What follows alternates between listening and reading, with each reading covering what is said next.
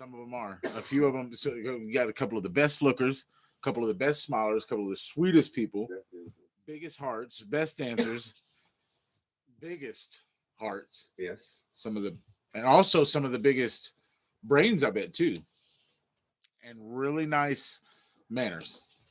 All the cheerleaders have big hearts, very busty brains, and lovely manners.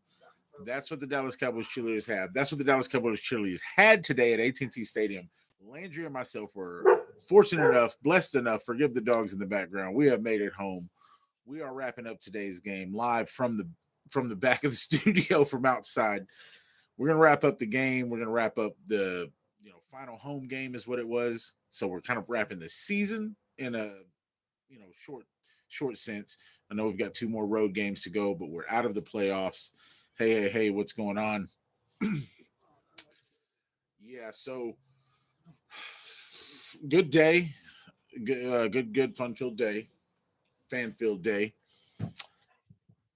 but no hope. Yeah, no hopes. We got whooped 34-17, obviously, if you were watching, but it was kind of meaningless. It looked like in the first half, Schottenheimer tried some things. Matt Eberflus was calling from the box, right, which was new. And they say you go from the field to the box to another team. And so we'll see. Matt Eberflus is probably gone. That's TBD. And, Schottenheimer tried some things in the first half. We put some offense together. We had 2 decent drives. Flournoy touchdown. Another Flournoy touchdown that Landry got a really good shot of, but unfortunately was called back on a holding. We've had way too many of that's got to go away next season, obviously, if we want to talk about what we saw today that we're trying to fix and clean up. Penalties have to be one of them. But Flournoy had a nice touchdown. Pickens had a great touchdown. Landry got a great clip of. Go check it out. And, so 34-17. The second half looked way different, right? Like I said, the first half we scored. The second half was a goose egg. Nothing. I don't think we were putting up too much of an effort. Cooper Beebe got poked in the eye. My guy, we got to meet up again with Tom and Tamara, and let me see. I hear Coach. Why 6-7? Oh my goodness. Yeah, 6 or 7 wins. That's about what we're gonna have. Why? While you're putting 6-7 in the chat, that's gonna be about how many Cowboy wins you have. And listen, I don't understand what Vegas knows. What does Vegas know that we don't? Because I was telling people free money. I know. I was telling people free money. 7.5 wins with a healthy Dak Prescott. This team is wins the division. You know what I mean? Like, this team is good. 7.5 wins. That's bet that. Bet the over. The Cowboys will win 8 games with Dak Prescott being healthy. They're going to be right. Vegas is going to be right on that. With an offense that was that good. You just said we're going to win 4 division games. We're going to win 3 other games. It's insane. I know. I'm telling you. Die Hard Christmas movie. Is Die Hard a Christmas movie? Yes. Everyone knows that. That's not a question anymore. Does Dak Prescott wear number 4 in his jersey? Yes. Die Hard is a Christmas movie.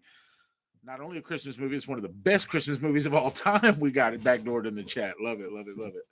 Yeah, so unfortunately not one of the best Christmas stories, which is also a great movie, A Christmas Story, but we're not going to get a good Christmas story from our Dallas Cowboys this year. As we said in the beginning of the, actually, y'all know it. Y'all know, if you're following, then you know it. Last week when the Eagles won, we were out. And how do you as a Cowboys fan, you don't want to put that sentence together. If the Eagles win, we're out of the playoffs. You don't ever want the Eagles to win, period. And then getting a win knocks you out. That shouldn't be. That's not. Those are things that I don't like to think about or have to hear or anything like that. But thank you guys for coming in. If you're in here watching right now, do smash that like button. We appreciate it. We are wrapping up today's game. Like I said, we were able to meet up with Tom and his wife, Cooper Beebe's mom and dad, and take a photo and talk with them for a little bit. They're great, great people, really good people. I was a super fan of Cooper Beebe in college, just kind of as I watched players and watched the draft, and with Travis Frederick being gone and stuff like that, like had my eyes on centers, and I was like, man, wait, I want that Cooper Beebe. I want that Cooper Beebe guy. Like he's the one. And we ended up getting him, right? So then that was awesome. And then we reached out to him. His family reached out back and been friends since. So that's pretty cool. And sort of a bittersweet we reached out that same year. Marshawn Nealon was drafted. We reached out to him, and he came on the show. We were lucky enough to interview Marshawn and get to know him and get to talk to him. Met him a couple times at camp. Um, it was a blessing, and he was a really good person, really good young man. It's unfortunate what happened to him recently, but so always ask for help. And I don't know what got him. Something happened. I ran into somebody or something at the game. Look at Jimmy's eye, y'all. Look at Jimmy's eye. Somebody poked me or something. My guy Cooper Beebe gets an eye injury today, and I take one. While we're sitting here talking about it, and I took one too. Crazy. It was crowded, and that's speaking of it being crowded at AT&T. It was surprisingly packed. Landry and I were thinking, man, last home game, yeah, but we're out of the playoffs. Tickets are looking like the prices were actually kind of cut. You know what I mean? They were reduced. And so we're thinking they might have some seats. This is going to be, it may not even be packed. It may be a lot of LA people in here. And that stadium was full. And there wasn't as many LA jerseys as you would think. It actually a lot of Cowboys fans showed up for that last home game, which is good to see. And but yeah, Cooper takes an eye injury. Jimmy takes an eye injury. Out of the playoffs. What are we doing, guys? Good things to look forward to next year, though. I mean, 2 first-round picks. We don't have another pick until the 5th, though. We got 2 first-round picks this year, but then we don't have another one until the 5th. We cooked, y'all. You did. I'm not gonna argue with that. No, we're just recapping the day and wrapping it up. We're not here to talk about how the Chargers did not just go out there and smack us. So, Preston, yes, you did. Good game. GG's. Yeah, no, we stopped by. Preston, you probably know Merriane Do, super fan, Chargers fan. Go check out our show. We had her on Friday evening this weekend before the game, and on our podcast, and on the show, the Story Live, and she was awesome, super duper. Fire Matty Fleece, yeah, no doubt, Kyle. I'm with you on that one. Matty Fleece is gone, but no, Merriane was great, and then we were able to meet up with her at the stadium, grab a photo. Really cool, full of energy. I mean, to be such a, they say the dynamite in small packages thing, right? Is kind of cliche. It's exactly what Merriane Do is. Exactly that. Like that stupid cliche saying, dynamite comes in small packages. Is exactly Merriane Do. It's funny, but it was a good day overall. Outside of the game was kind of meaningless. We were looking for some things as far as the football talk goes because we could talk it. Tyler Smith. So a great point, Coach. Savone Revel stays close to people. Even if you make a catch on him, you don't go far. You don't run away from him. You know who did have about 4 yards of separation on him for a touchdown in today's game, though? Number 7, Trevon Diggs. And I'm not saying that to crush on him. It's just what happened. Is the 2 injuries that bad? Is he not just, is his heart and soul just not on this team anymore? Which I wouldn't blame him. They fined him for getting rehab outside of the building, and the rehab ended up being better. He got healed faster than the year before when the Cowboys healed him. They bring in a coaching staff, and just don't really involve him in things like that. And so, it's a situation. It is what it is. I hate that he's looking not great on the field. I have to think that that's a lot of Al Harris being gone, a lot of Matt Eberflus being the new coach, a lot of Micah being gone, right? Also for DBs, when you want to play a certain risk it biscuit game, what Trevon Diggs was really phenomenal at, you kind of need the Micah Parsons to make that happen, right? To make that possible. And they gave Micah Parsons, well, not gave him away, but they traded him away right before the season starts. You take him. Not only did you take him from Matt Eberflus, you took him from Demo, you took him from Savone, you took him from Trevon, you took him from, everybody else on the field. You took him from Dak Prescott, which gives you possession and stuff like that. Brea, hey, hi, what's going on? Welcome in. Smash that like, y'all, if y'all are in here. I appreciate your time. Again, we are just recapping the day. Dak looked good. He was sharp. CD and George looked like themselves. Why nobody had no lightning statistic day or anything like that. Everybody looked good. Everybody looked themselves. Offensive line was solid. Tyler Smith at left tackle, right? We got to talk about that a little bit. What was the reason for trying that today? Are we looking at Steele in a certain way? Are we looking at Tyler Guyton in a certain way, right? Been dealing with the injury. They say the development is a little slower than what they wanted, a little behind. This is year 2. We're at the end of the season now, and he's dealt with multiple injuries and delayed development. When you hear things like delayed development said amongst the staff. You don't; those are not good things. I'm going to subscribe. Hey, I appreciate that. I appreciate that. Thank you so much. Welcome to the channel. Welcome to the show. Welcome to the star we are. Are you? We hope you are. And you are now that you are subscribed. I appreciate that. So, yeah, what's the reason for the Tyler Smith move? Tyler Guyton is not developing, injured, right? Are we looking at Terrance Steele at right tackle and maybe thinking about moving Guyton there? So we want to see how Smith really handles himself over the next 3 games at tackle. Are we looking at this draft where enough of a need where that could potentially take one of those first round picks? Landry wants to know if we have enough of a need that takes a first round pick on the O line, right?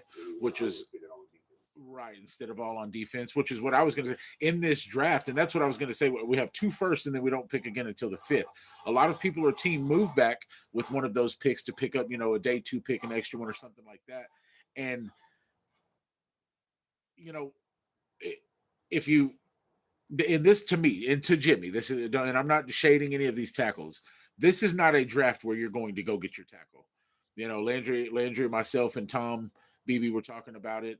Tom agrees. There's especially you want a left tackle. This ain't it. This ain't the draft. So unless you're going to spend a first round pick, package some kind of trade and just go get us a veteran like surefire, some guy that's made the Pro Bowl a few times, maybe an All Pro left tackle, and throw Tyler Smith back at guard.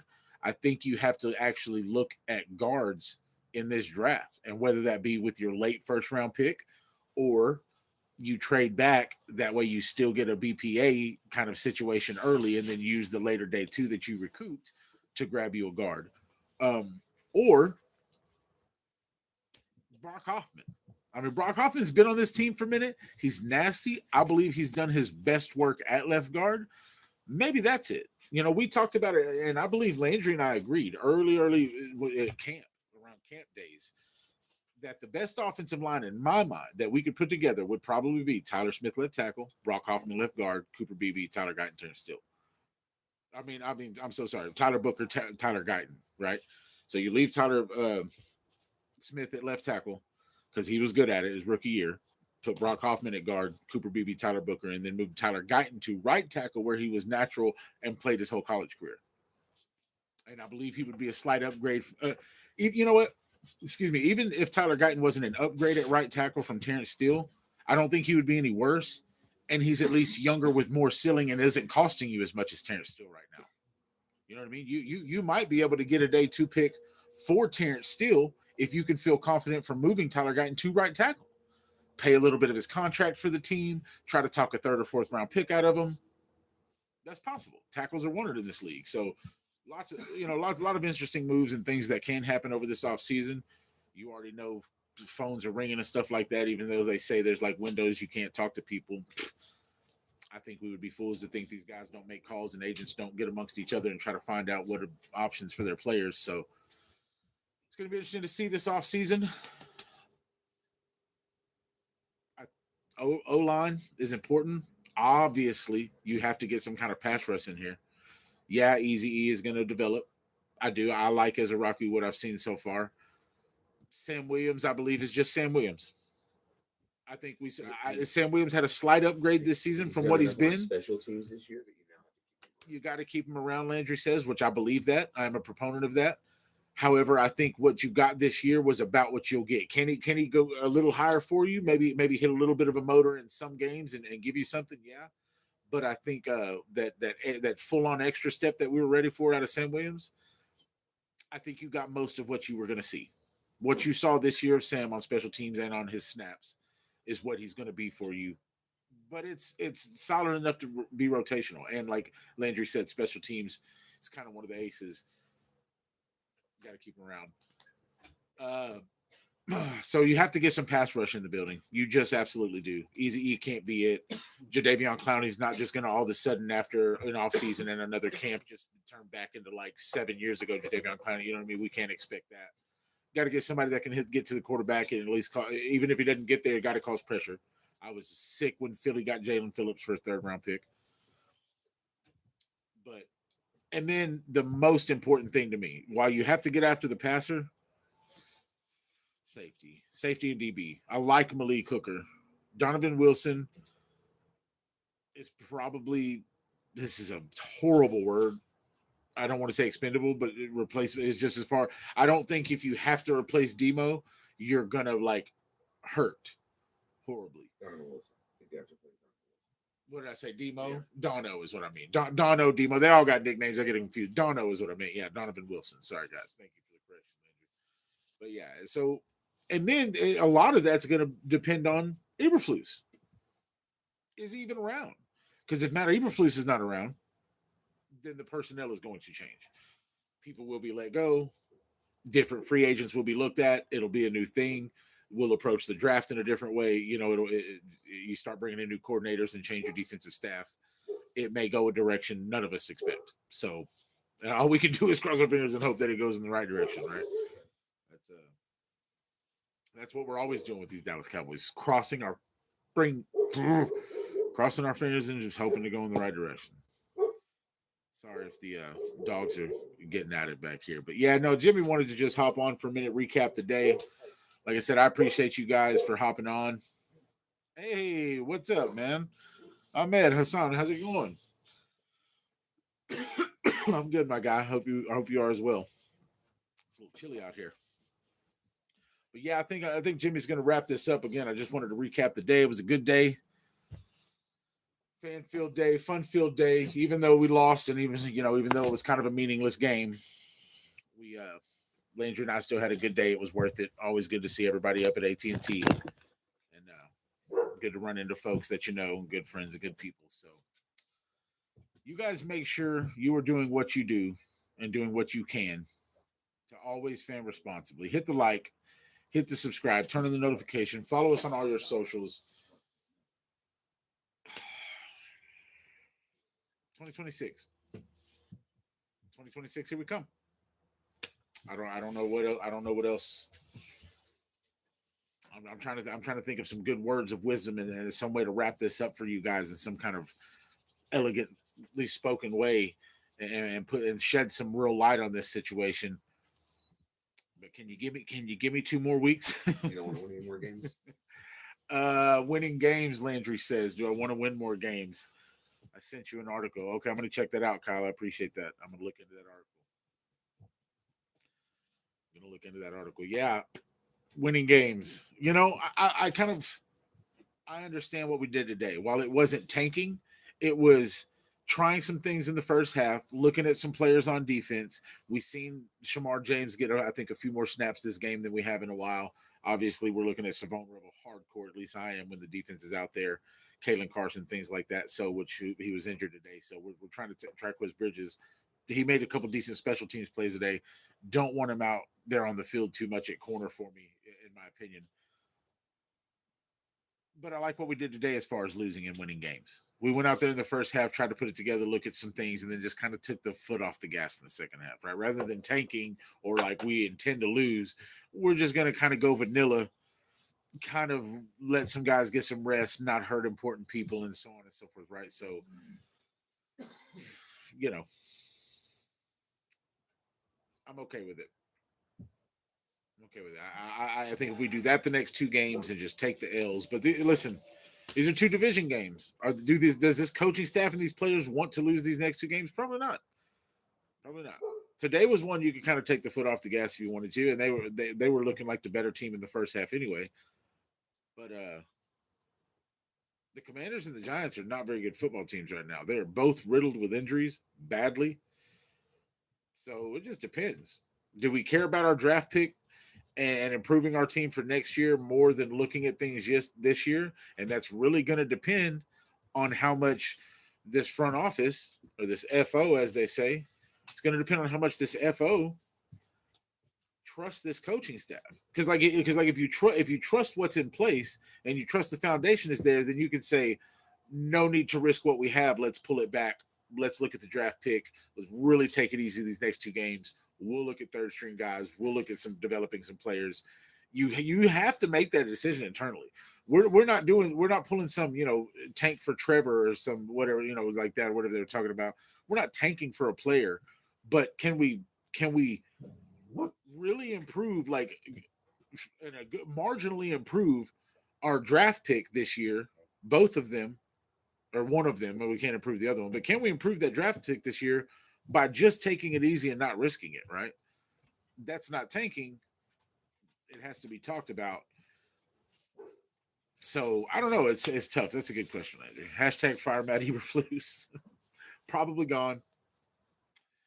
Probably gone. Yeah.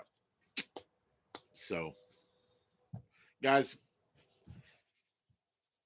the season's not over. We've got some players to watch. We got some football to watch, and I've got a dog to go get under control. I'm sure it's just probably just the wind. You know how dogs are. But no, thank you guys for jumping in. Jimmy wanted to jump in here at post game. We just got back off the road, coming from Arlington, got back home, wrapping it up, ran into some great people. But I'm gonna get up out of here. Y'all just do me a favor, smash the like, hit the subscribe. Remember to always fan responsibly. And Friday at 7 p.m., the Star We Are Live, we will be back at it to talk about the things that we have to talk about. We got to keep going. We don't move on, we move forward, as my man Shotty said. And that is exactly what we'll do. Good night, y'all.